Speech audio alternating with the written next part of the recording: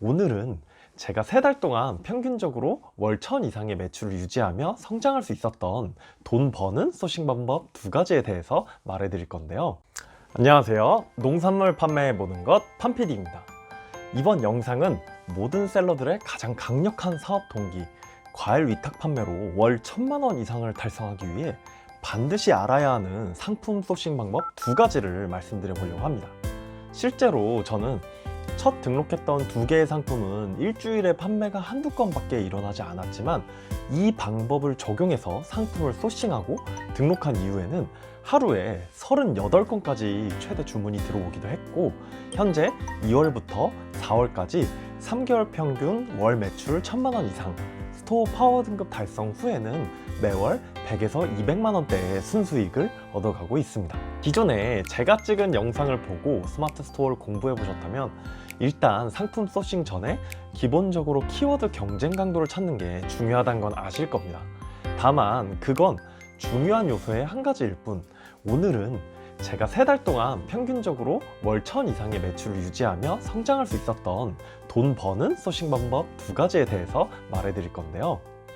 과일 위탁 판매 시 스마트 스토어는 상품 소싱이 정말 성공의 80% 이상이 달려있다 해도 과언이 아닙니다.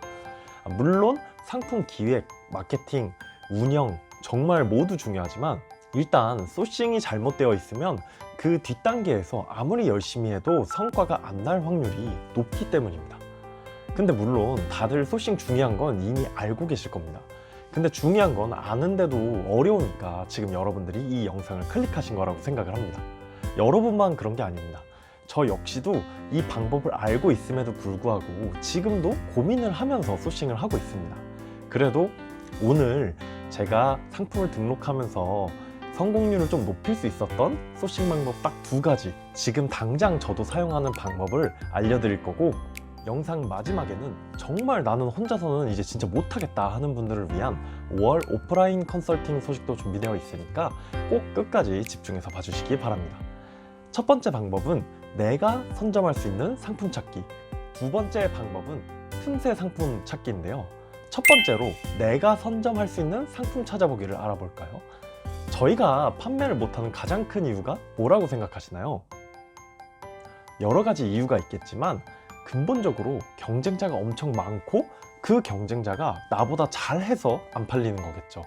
사실 경쟁자가 없으면 판매하기가 얼마나 쉬울까요?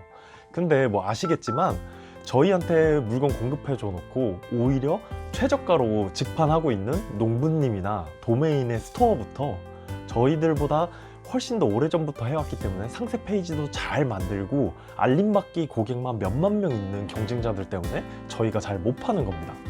근데 이렇게 잘 팔고 있는 경쟁자들은 어떻게 그렇게 리뷰가 많고 잘 팔고 있는 걸까요? 지금 이 순간에도 레드오션이라는 소리를 듣지만 우리만의 시장을 찾아내고 선점하려는 저와 여러분처럼 지금 잘 나가는 경쟁자들 역시 남들이 과일이 레드오션이다, 스마트 스토어가 레드오션이라고 할 때도 꿋꿋하게 스마트 스토어나 다른 판매 채널을 개척하면서 초기 시장을 선점했을 가능성이 굉장히 큽니다.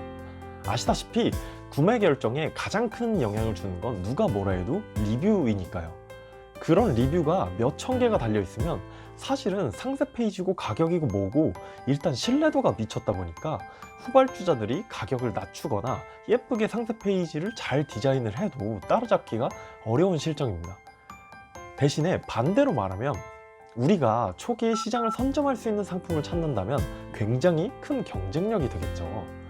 근데 이런 말을 하면은 막 그런 과일이나 농산물이 이제 어딨냐 뭐 이렇게 말씀하실 수도 있습니다. 근데 여러분도 아시다시피 불과 몇 년 전이나 지금만 해도 먹거리에 대한 트렌드나 신품종은 굉장히 자주 바뀌고 새로운 게 끊임없이 나옵니다. 예를 들어서 뭐 과일은 아니지만 베이커리 쪽을 한번 봐보면 진짜 한 몇 년 전까지만 해도 뭐 유럽 여행 때나 먹을까 말까 했던 비싼 디저트로 알려졌던 마카롱이 한때 엄청 유행을 하면서 뭐 무슨 카롱이다, 뚱카롱이다 뭐 이렇게 아류작 마카롱까지 엄청 나오고 했는데 그 이후로 지금 어떻게 됐죠? 마카롱이 여전히 대세인가요? 디저트계는 지금 뭐 베이글이나 도넛, 소금빵 같은 디저트가 다시 완전히 새로운 트렌드를 쓰면서 유행을 불러일으키고 있죠. 그것처럼 이런 새로운 트렌드랑 시장은 계속해서 생겨나기 때문에 우리가 선점할 만한 초기 시장을 찾는 것은 절대 불가능한 일이 아닙니다. 근데 그렇게 새로운 시장이 생겨나는 것도 알겠다. 근데 대체 그런 시장을, 상품을 어떻게 찾을 수 있냐, 이렇게 아마 여러분들은 물어보고 싶으실 겁니다. 방법은 심플합니다. 이런 상품과 시장을 찾는 데는 두 가지 꿀팁이 있는데요. 우선 첫 번째 꿀팁은 검색량이 급격히 오르는 시장과 상품을 찾아보는 겁니다.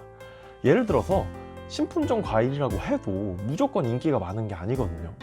뭐 3년 전이나 몇 년 전까지는 1년 내내 검색량이 몇백밖에 안 되다가 이게 미디어를 타거나 뭐 특정 연예인이 홍보를 한다거나 해서 갑자기 특정 시즌 트래픽이 증가하거나 매년 유행이 강해지는 것을 볼 수가 있는데요. 그런 과일은 거꾸로 말하면 신품종이어도 검색량이 적을 때부터 꾸준히 선점을 하고 개척을 하고 있으면 지금 당장은 빛을 못 봐도 남들 리뷰 몇 개일 때 내가 몇십 개만이라도 리뷰를 쌓아두면 앞으로 점점 격차를 키울 수 있는 겁니다.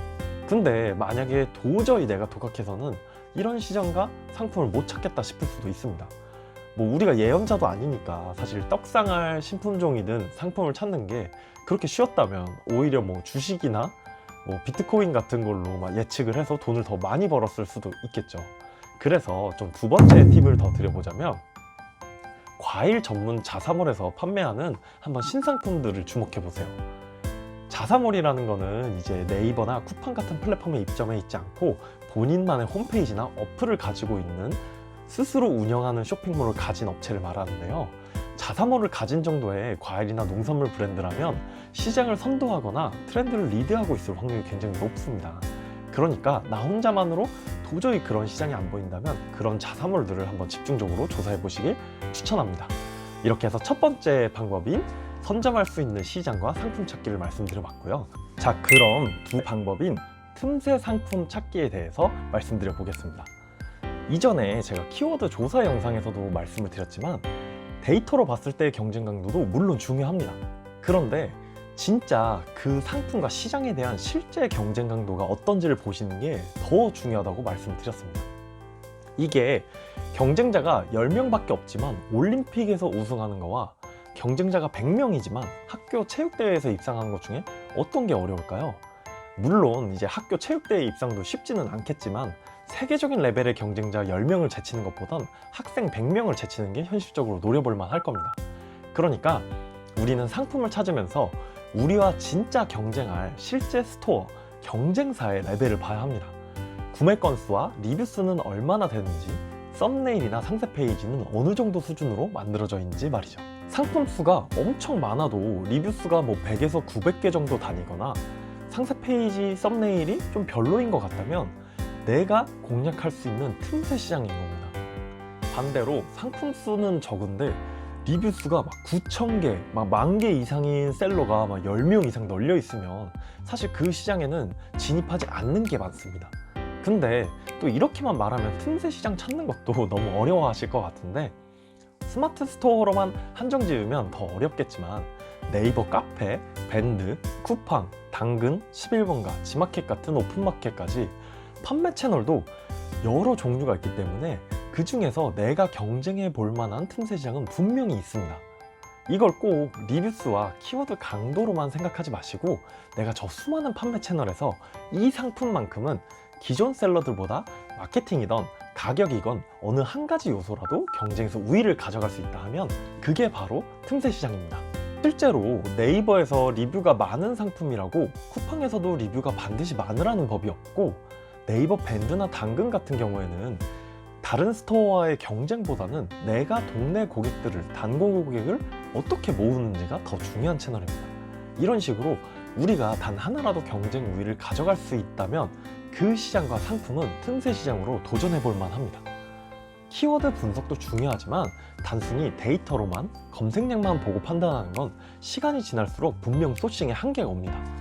그러니까 오늘 말씀드린 것처럼 키워드 데이터 분석은 기본으로 하되, 첫 번째, 선점할 수 있는 시장과 상품, 두 번째, 틈새 시장과 상품을 찾아보면서 소싱을 꼭 해보시길 바랍니다. 정말 거짓말이 아니라 그렇게 소싱해서 성공 사례를 하나라도 만들어 보면 다음 소싱에 대한 감각도 더 날카로워지고 두 번째 성공 사례를 만들 가능성도 자연스레 높아집니다. 제가 처음에 뭣도 모르고 와, 맛있으니까 등록해봐야지 했던 첫 상품 2개는 일주일에 판매가 한두 건이었던 데 반해 그 뒤에 이 전략으로 성공적으로 소싱한 상품 2개는 일주일간 평균 판매가 120건씩 일어났습니다. 여러분도 꼭 이 소싱 방법 2가지를 사용해서 매출과 순수익을 높여보시길 바라겠습니다. 이 영상을 보고 꼭 직접 해보시길 바라고, 만약 혼자서 어렵다면 고정 댓글에 오픈톡방 링크가 있으니까 거기에 접속해서 물어봐 주시면 제가 늦더라도 다 답변을 드리고 있습니다. 그러고 나서도 그러고도 정말 못하겠다 하시면 그때는 지금 제가 5월 오프라인 컨설팅도 모집 중이니까 마찬가지로 고정 댓글에서 한번 확인을 해주시면 되겠습니다. 오늘도 영상 시청해주셔서 감사드리고 도움이 되셨다면 구독과 알림 부탁드리겠습니다. 농산물 판매의 모든 것 판PD였습니다. 다음에 또 만나요. 감사합니다.